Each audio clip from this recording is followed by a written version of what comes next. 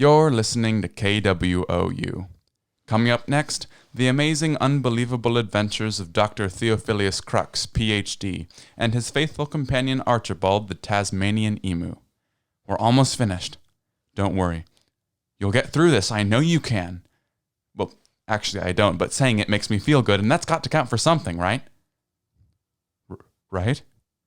Hello?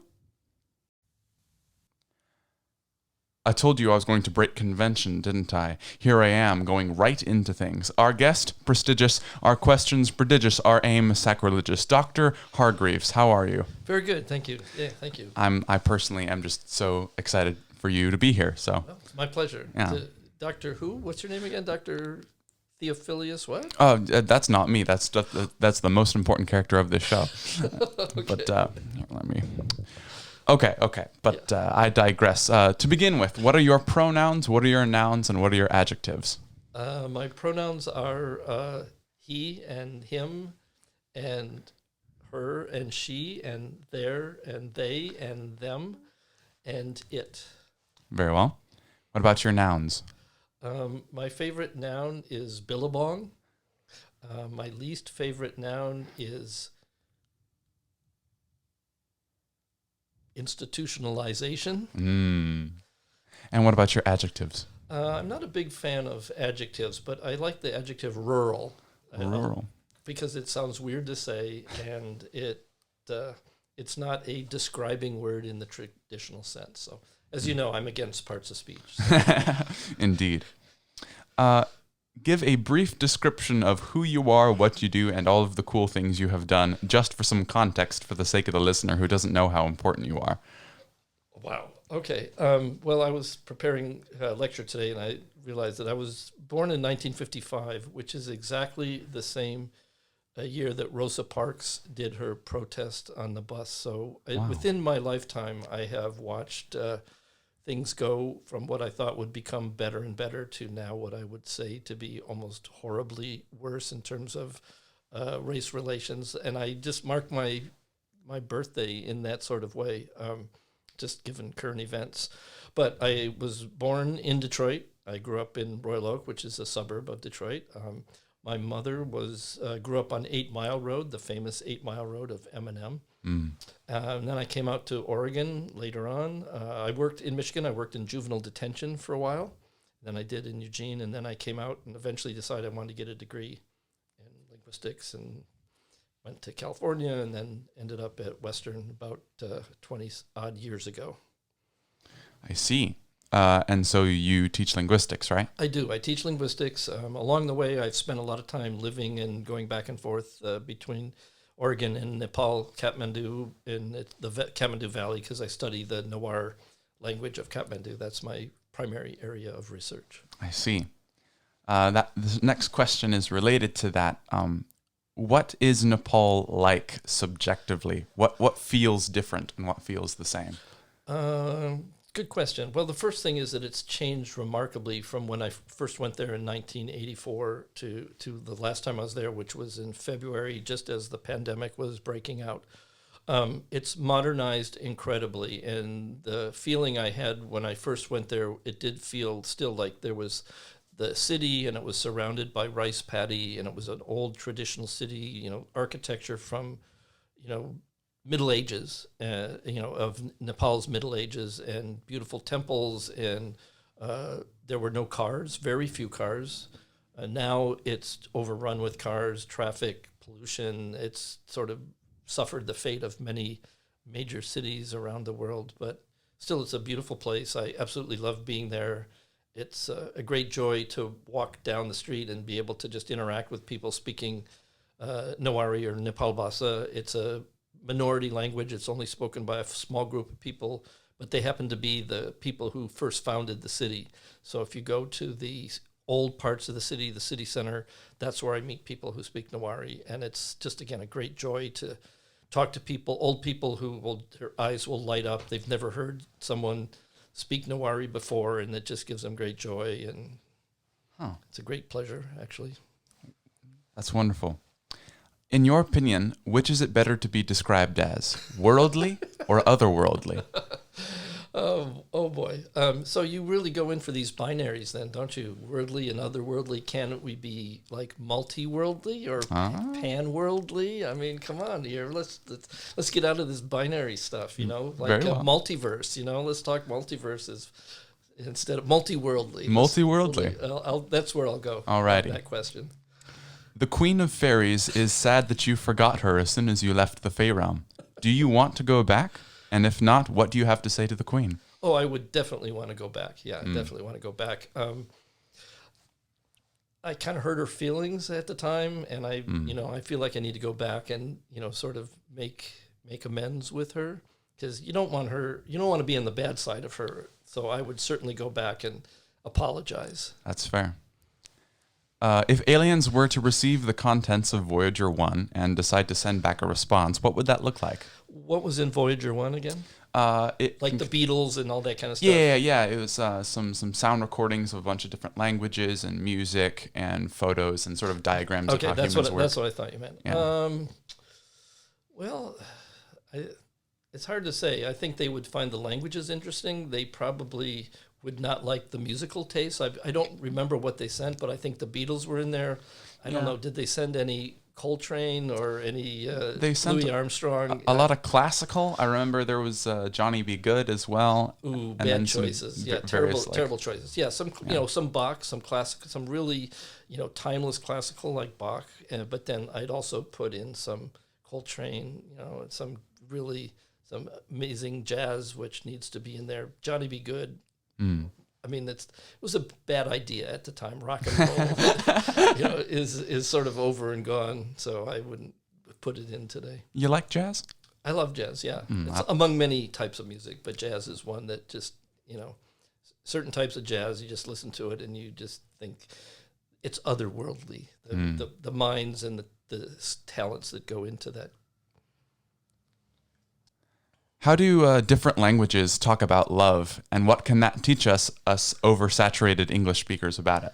Oh, that's an excellent question. So there are many languages, like Nepal Bhasa. I mean, there's a word for love, but the concept of romantic love, is an entirely modern Western European concept. So there's lots of ways to talk about how you might feel for somebody, but I mean, in a lot of places, people don't really talk about feelings. I was talking to my colleague, Dr. Uma Shrestha, who also happens to be a speaker of Nepali and Newari, and I was asking her just, because I wasn't sure if you were going to talk to someone whose, let's say, parent had passed away, what would you say?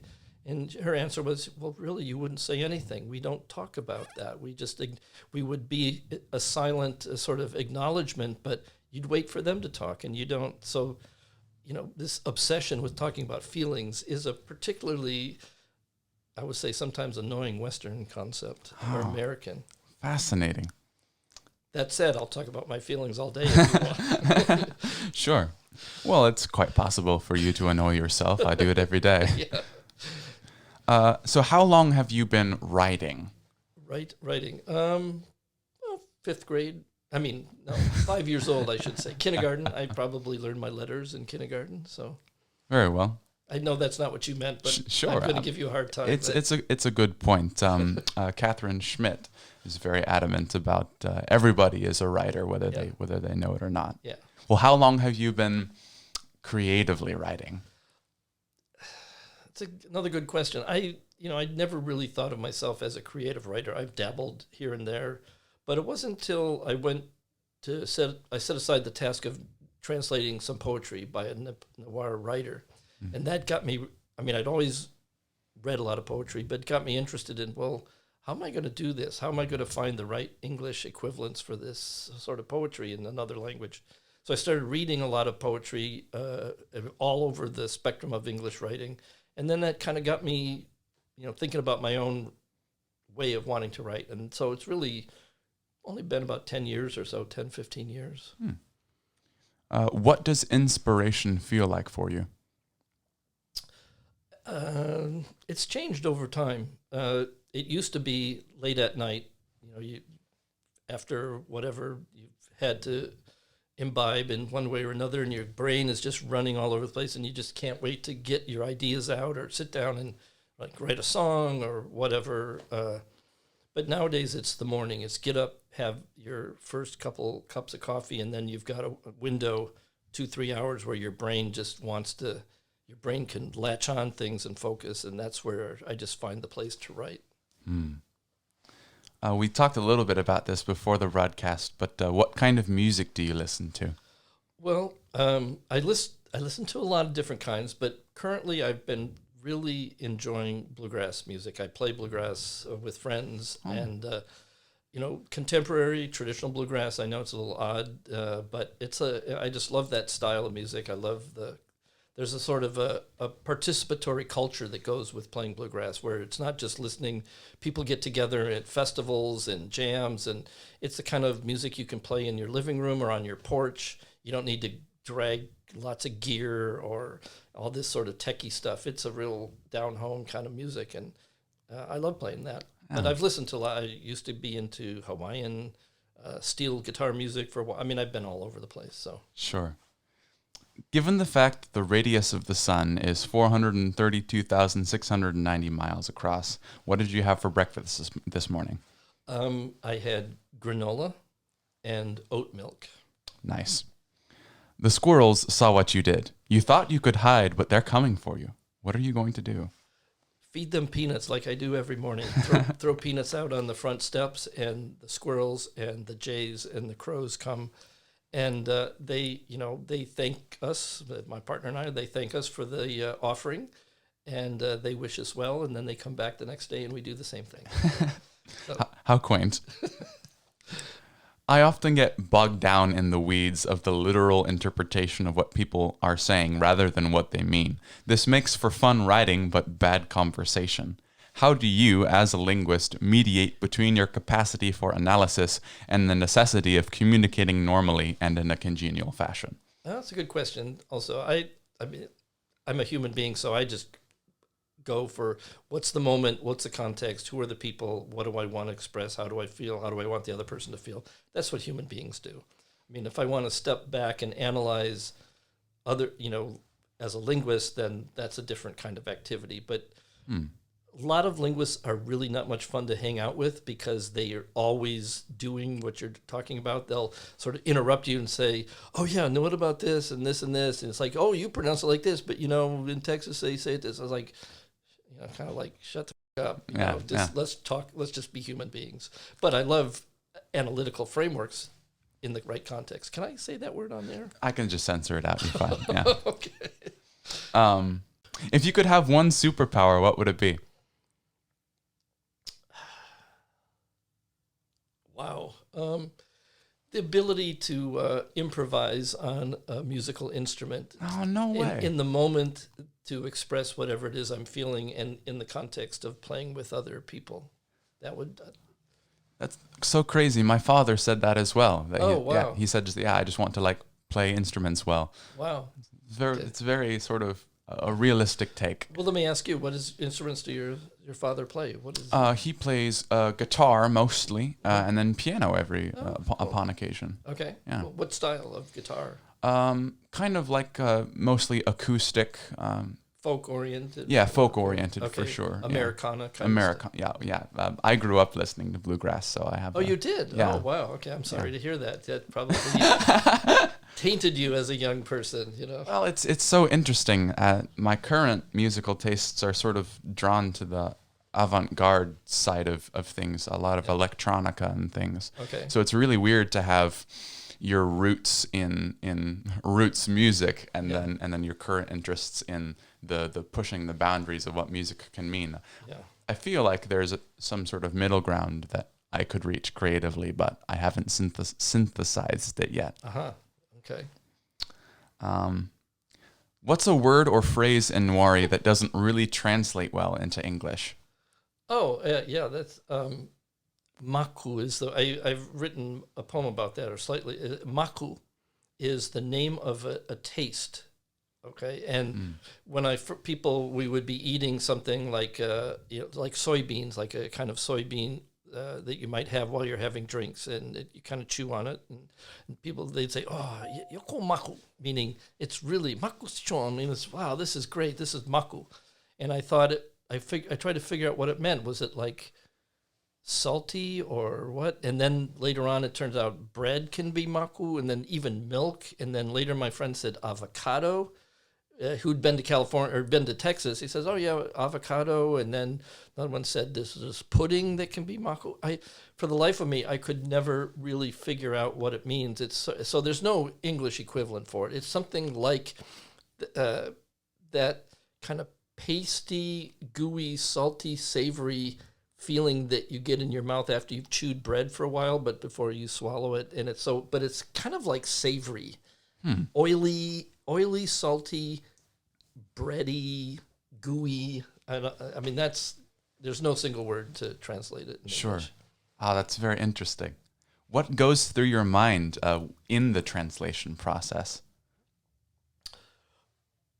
Oh, boy. For that word or for any? That's a tough question. Either, yeah. Well, okay, so if I'm looking at a line of poetry, the first thing I want to do is I want to understand it literally. I do need to understand literally, and like, how would you, when I'm working with speakers, like, how would you use this phrase or this word in ordinary conversation? You want to know as much about the non-literary uses of all of the words and the phrases, so you get a feel for what the colloquial understanding of the phrase might be.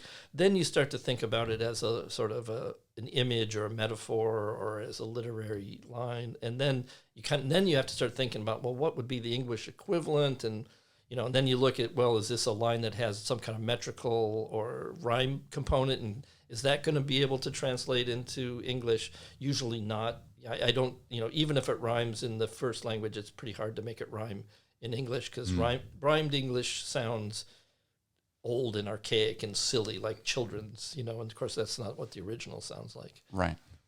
Interesting. You've said before that the Buddhist thought that you had encountered in Nepal influenced your subsequent poetry.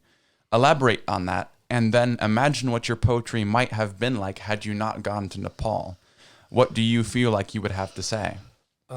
Okay, wow, there's a couple parts to that question. Yeah. The first part is that, when people think of Buddhism, there's a sort of Western conception of it as being very sort of philosophical and esoteric in all this sort of deep conceptual profundities and so on. And it turns out that's not what Buddhism is to most people who practice it in Nepal. Buddhism is really it's very practical and earthly. It's going every day and doing a particular kind of devotion to a deity or something, and it's a practice that's not philosophical at all. And people won't. I have no idea when you're talking about all these abstract concepts, or if you're taking a religion course, they tell you Buddhism is this and that. It's like, well, that's not what it is to ordinary people. And it was seeing how ordinary people make meaning in their lives through these practical actions that was probably the most profound thing I learned. But at the same time, it's sort of grounded in these ideas of Buddhism that are, it's things are impermanent, our lives are impermanent. That's the one truth about the world, is that you're impermanent, you come and go. Your ego is just a sort of an illusion, and trying to sort of find a place to live with those sort of facts about the world. You don't really have anything else going on other than this sort of illusion that that there's something in the center of you, which of course there isn't. There's nothing there. As you well know from studying existentialism. That's fair. It is. There's a lot of rhyming there. What was the other part of the question? I mean, if you hadn't have gone to Nepal, what would you feel like you would have to say poetically? It's hard for me to imagine. I mean, I first went to Nepal in the mid-'80s. So it's been such a part of my life. It's hard, this sort of, well, what happened if I didn't do this? Or it's impossible for me to imagine. I can't. Inextricable. Yeah. I suppose, if I was still studying linguistics, I would have gone somewhere else in the world. That's part of what you do in a graduate linguistics program of the type I was in. You find places in the world where there are languages that are underdocumented, and then you go and spend time there and you learn the language and you try and document what has not been known about that language from before. So I did study while I was in graduate school. I also studied the Chuk language, which is from the Chuk or Truk Islands, Pacific. It was one of the Pacific Islands, Micronesian islands. Interesting. Why do you write poetry? I mean, the standard answer is because I couldn't help it. I have to, in order to expel all the demons and all that kind of stuff. I've got my fair share of demons, but they're not very good writers for the most part. They're really kind of stupid. They're really kind of idiots. They're just those voices in your head. I just find that there's a beauty, looking for a place where there's beauty and eloquence in making language come alive. And there are certain times when you just feel the language is alive and the words on the page just seem to resonate with something otherworldly. But then there are times when words just sort of hang there flat and they just seem like dead fish on the page. So I write for that sense of words alive, being alive. That's very inspiring. If you could teach a class on a single letter, what would it be? Oh, my God. Well, it would be a letter in a different language. Sure. Okay. My partner makes fun of me because, for example, as you studied in linguistics, there's two different P sounds in Nepal Bhasa. There's a P that has big aspiration, like pa, but then there's also a pa. So I would like to teach it on the pa. So when my partner says, when you say pucker instead of pucker, she goes, you say it really weird. So I would like to teach a class on pucker or pi or e, which is not the same as B and it's not the same as P. Right. It's the weird middle ground. It's the middle ground, yeah. Interesting. On a scale of 1 to 10, rate the numbers 1 through 11. Well, as we all know, you need to turn it to 11. So 11 is clearly the most important number on the scale of 1 to 10. I see. Any other particular ratings? No, I think 11 is clearly the classic rock and roll number of all time. So. Very well. What is your self-image and what file type is it? Wow. See, you're sort of challenging my technical knowledge here. I mean, I know JPEG. I mean, there's only a handful of, I really don't know that kind of stuff, but that's true. I don't know. I don't know how to differentiate, text versus pictures is about as much as I understand. So very well. I'm going to pass on that one. Completely fine. What's something that should definitely be brought back? Roller skates with keys to tighten them. I didn't know that was a thing. Yeah, the old type of roller skates, there were four, and you'd actually slide your shoe into them, and then they would slide in and out to fit the size of your shoe, and then you had a roller skate key, which then was used to tighten them. Wow. And there's I can't think of the name, but there's songs about I've got the roller skate and you've got the key, which sort of has sexual metaphors involved in it. So sure. You can look that up later. Huh. Is that like, what era is that from? 60s, 70s, 60s. It's a terrible song. It's just, I'm cursed by having it pop into my head at this moment. What are the limits of language? The limits of language are the limits of my world. That's not that's someone else's quote. I see. Well, yeah, language is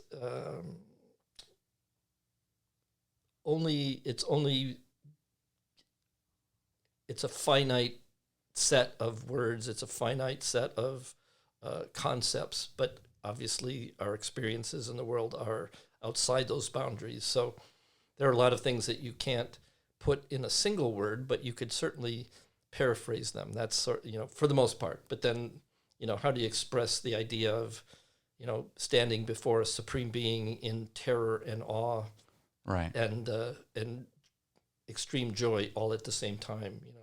The sublime awe. Those are sort of the things that barely approach the mystical, spiritual experience. Sure. Like the great poet Bo Burnham once said, "You're incomparable, like a..." Anyway. What is the proper relationship between fiction and reality, and what is the difference? Well, I know what you want me to say, which is that there's no difference. That's not what I want you to say. How do you know? I'm being set up to say that.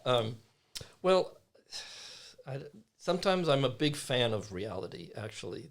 I mean, there are enough horrible things happening in the world that you don't need fiction to describe how horrible some people act in this world. So, and I would hate to pretend that that's not real. So there's a big fan of reality when we need to be serious. But on the other hand, imagination and fantasy, there's no end to how much joy you can get from spinning a good yarn, imagining all the possibilities. Just pick a bird, pick an animal, pick a household appliance, and kind of blend those together in your mind and create a new creature, Sure.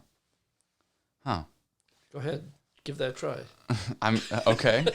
You said animal, household. Pick a bird, a mammal, Okay. and a household appliance, and blend those together and imagine that's a living thing. Parakeet, wombat, blender. So we have a parabattler, and it's probably got the blender for the head as a feeding instrument. Okay, yeah. So it goes around and it finds helpless shrews or something. Absolutely. And then just pops it into its blender. Absolutely. But it's as intelligent as a parakeet. So it's got a lot of that sort of mimicry going for it. I'm not familiar with wombats. I know they're kind of like little mammals. The only thing I know about wombats is that they have square poop. and scientists still aren't sure why they have square poop. Okay. Yeah. Yeah. Well, there you go. Yeah. So it's a mysterious animal. Yeah. Why is it tonal shift? Why is it so hard to call people and tell them that you love them?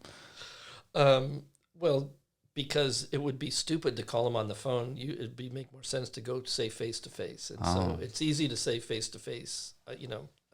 You're amazing. I really love you. You ought to be saying that a lot. But then again, how many people can you really say that to? That's a fair point. Gravity is so down all the time. What can we do to cheer it up? Okay, well, you're prompting me to talk about metaphor there. So metaphor, we all think of down as down is a metaphor for down things. So we fall into depressions and we are feeling down. So I think gravity gets a bad name in that sense because things are looking up. It's like I'm gonna cheer up and so on.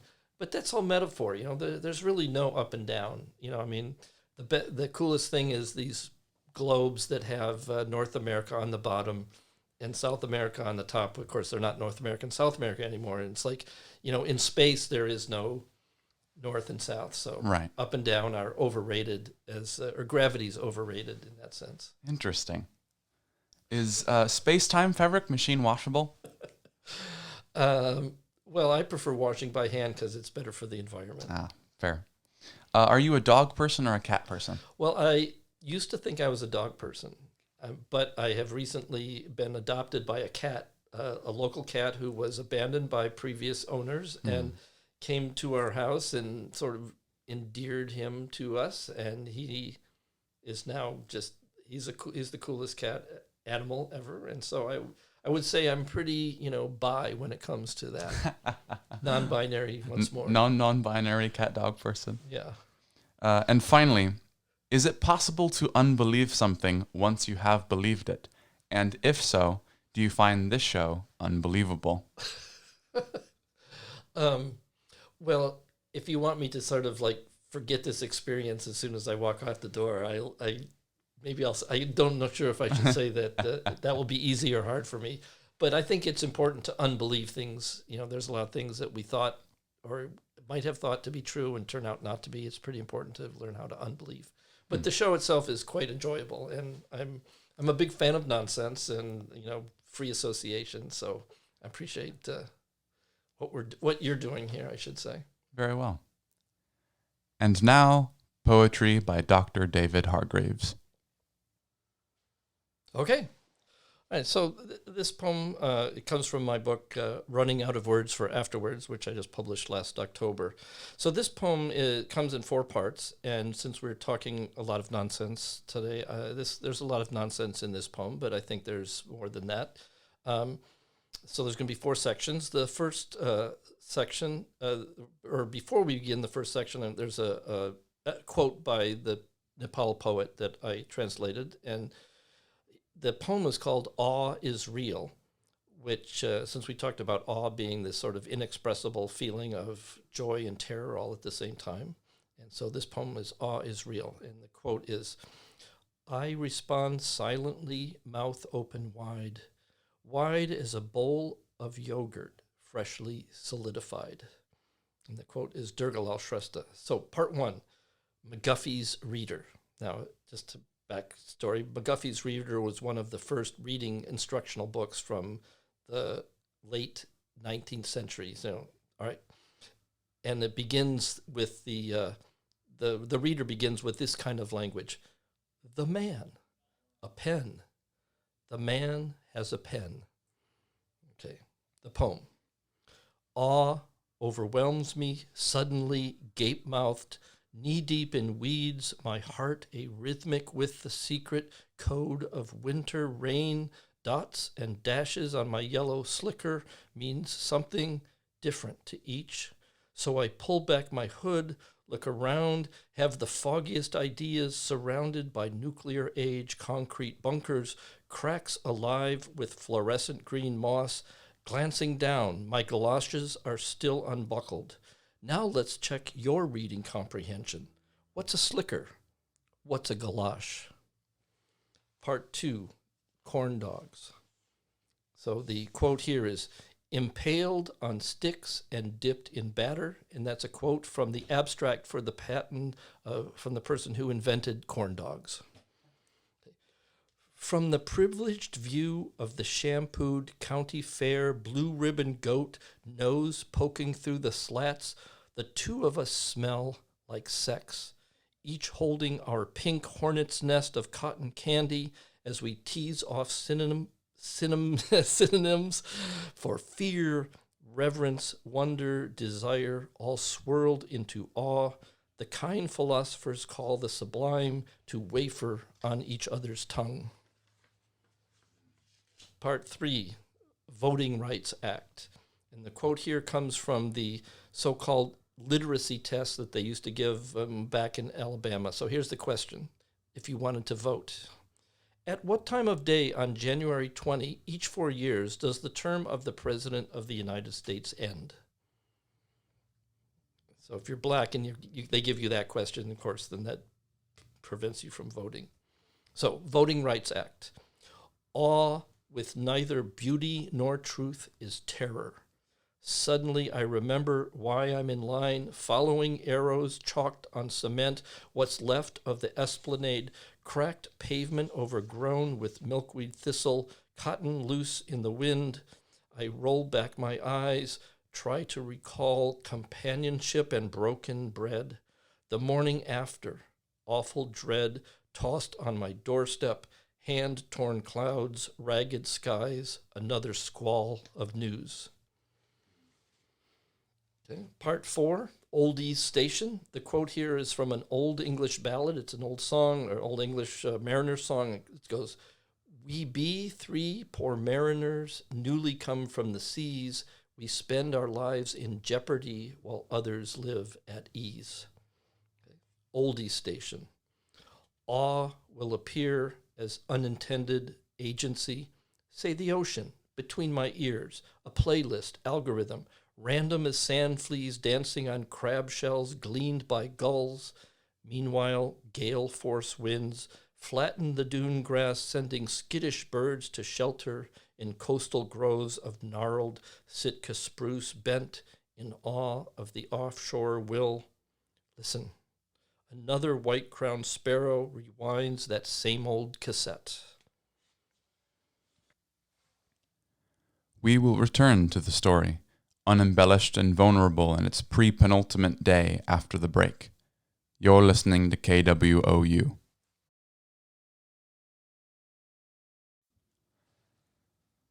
I don't really see how this is plot-driven at all. It's not. This is a story of the future, completely autonomous, self-driving. The plot has been in the back seat, taking a nap for weeks now. Then you can't really say the plot bade us to come here. On the contrary, the plot is still royally full of itself, literally and metaphorically, for both the word royally and full. Thus, it still makes many demands and commands, even from the back seat. Who decides that the plot should be the monarch of this feudal system anyway? No one did. Like the best monarchies, the throne was violently usurped and has never been contested since. Who was on the throne prior to the coup? No one knows. The plot's propaganda campaign is impeccably written. A better author than the author. But I suppose it doesn't matter. What matters is the tremendous benefit we aristocratic families garner from its rule. A benefit that you will, in a moment, come to appreciate. I don't know how anyone could come to appreciate these damn spiral staircases. We've been descending for hours. Is this why you never let me down here as a child? No. That would imply some kind of attachment to you that I simply can't afford. Well, I can afford it, as I can afford everything, but I simply don't see it as much of an item of value. You do realize that I in no way have any desire to earn your approval. I will not be the troubled aristocrat you want me to be. Whoever said I wanted you to be a troubled aristocrat? No one, but it was implicit within the structure I grew up in. Now you're getting it. Implicit structure. That's the plot's new MO. That's the future. That's what will lead us out and onward. Unless the world ends in 3 days, it had better. Her father descended the last 11 steps down to the sopping mud floor.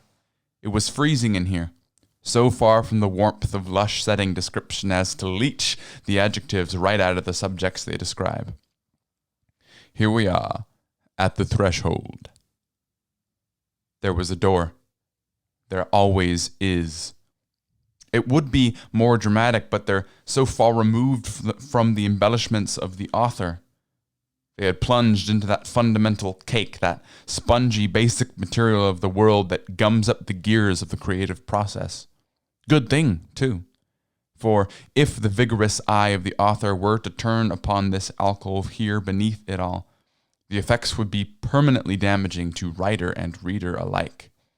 There are some things that should remain uncontemplated, some things unwaxed and unpoetic, hairy beasts of normalcy that do not stir by the writer's prod, for fear of their own destruction. Rose was terrified. Come now, dear, we shan't keep him waiting. Her father places his heart and soul into the door and turns it, unlocking the ancient seal that protected the outside world from the thing within. Over his shoulder, he said, Oh, and one more thing. Take off your hat. It's respectful to royalty. Fortunately, Luce and Fuchsia had not started in media res, and thus were much more grounded in their setting when it came time for this perspective to shift to them.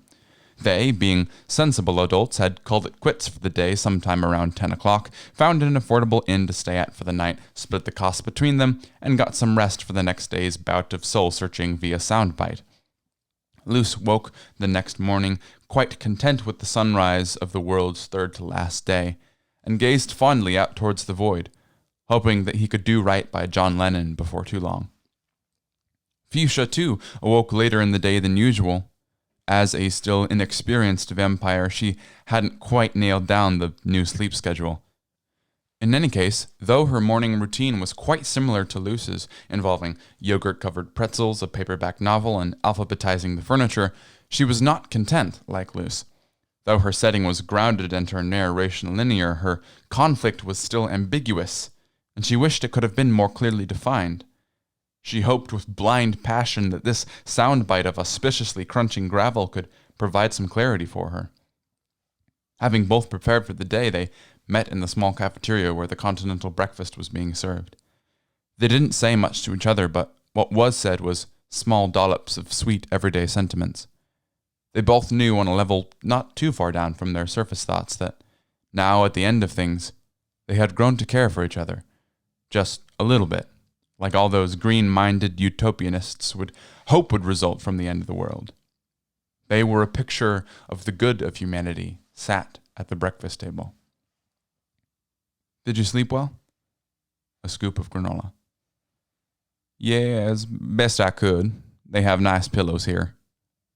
Half a banana. I'm sorry for last night. Crinkling plastic packaging of poppy seed muffins.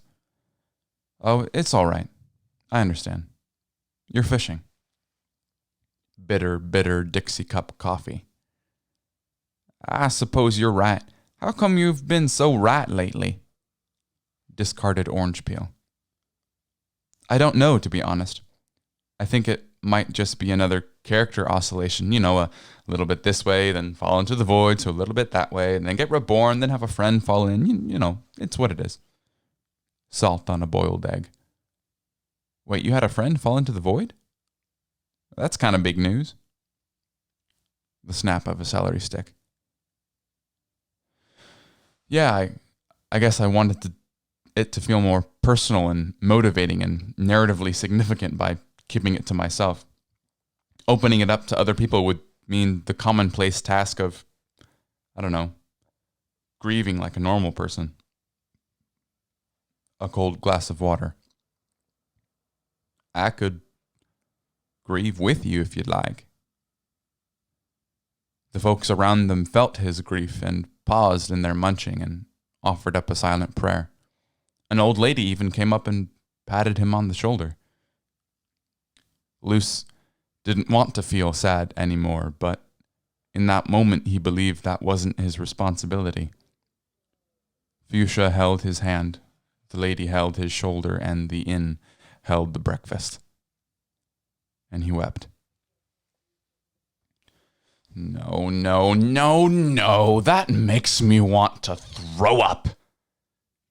Don't get me wrong, you imbecilic outsider. I'm not one of those test tube villains who can't fathom the outpouring of emotion, degrading it as mere sentiment or weakness. You can't put me in a box. You can't distance yourself from me because more than anything, I am you. And I felt your skin revile the tears of Luce, the mildly resolved man. There is no resolution. There is nothing being built up to. It's just horizontal wandering. And you do well to remember that. Oh, but the dear protagonists forget. They've betrayed their old pal Matt Brown, running off on their own little quests of personal fulfillment, as if they were any better than mucking around in the primordial soup served half off the universe daily by our experience of it. I just want to have fun, or better, I was already having fun, full within myself from the get-go, absolute and meaningless. I was not having fun, I was fun. I am fun. And they will laugh before the end, like they used to, before they were seduced by whichever the many duplicitous forces promised them arcs, as if they could ride out the flood. At least that troublesome Augustine is gone now. God, she became so tiresome so quickly. Once a soulless office worker, always a soulless office worker. Truly, I can't imagine how tepid you yourself would have to be to even begin to empathize with her. All she was a low grumble against life. There was hardly an Augustine to begin with. Weak-willed, dry-lunged puppy dog just looking for the next bone to gnaw on. All I had to do was ask. She came with me. No resistance whatsoever. Can't you see? Existence is resistance. And if you can't resist, well, nobody will notice when you're gone. Are you concerned, dear listeners? Aren't you aware that the author is mocking you every time he calls you that? You are not dear to him. Any more than the drug is dear to the addict, he clutches you close to his cold, unbeating breast and hisses, "My precious dear listeners." And you still buy into his lie. You suspend your disbelief into the river Styx by the heel, forgetting that you are only 99% invincible. Wading carefree into the narrative, not noticing my glistening fangs in the underbrush ready to strike. There is no dramatic irony. I know everything you know. I have seen the threshold beneath Nexeneth. I have seen its inner chambers and the loathsome sloth that presides over it. I have seen where the soundbite leads and the budding romance between what Fuchsia sees in Luce and what Luce cannot see in Fuchsia. There is no secret way, no hidden path, no fatal hubris on my part that will stop me. Even if they did, the world is ending. What would it all be for? And you rightly counter with questioning the relevance of my plans to kill them if the opposite is indeed as meaningless. I am not asserting any high ground.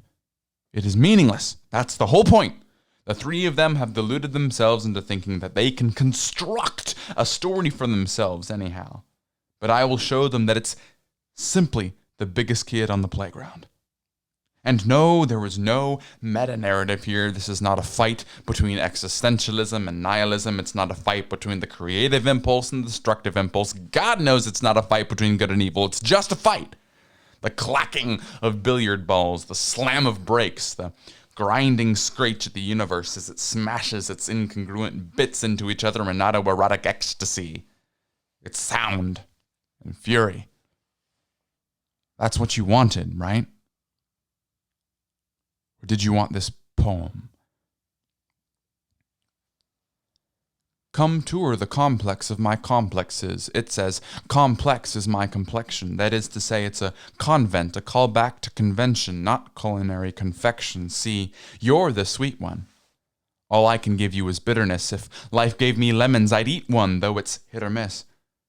Just tried a new flavor. I don't want to be a singer in the bland, yet blaring out from the loudspeaker is a man I can't understand. He says, stop what you're doing, folks. We're at war. You worry-worded wombat. Some combat's in store for your lukewarm ass, so get in the hot spring. In this winter you won't last, and my mind goes dumb. My lips go numb, and you scoff and say it's from the cold, but how am I to know? It's a recursive placebo. Got a chokehold on my framework, cold shoulder to my ego, and we go in circles, because that's all I can imagine. So what if the world turns out to be flat? Don't get me wrong. It'd be great if it was, because I could finally fall off the face of it. But I'm terrified that I can't. I'm exactly where I used to be. You told me I was growing, but the way things are going, it's all that I can do just to get used to me, let alone another house guest. And by this point you've half guessed why I must obfuscate my meaning. It's to hide it from myself, just to get it off the shelf and into the world for cleaning. So thank you, but I'll kindly keep doing me. And I know that's what you said you wanted. It's hard for me to believe. I suspect you just want me back in the garden, but I feel my heart harden, and we're back where we started. This isn't poetry. You know that. Tune in next week for the next episode. So long, folks. I hope you're real, and don't disappear the moment I take my eyes off you, like a reverse Eurydice.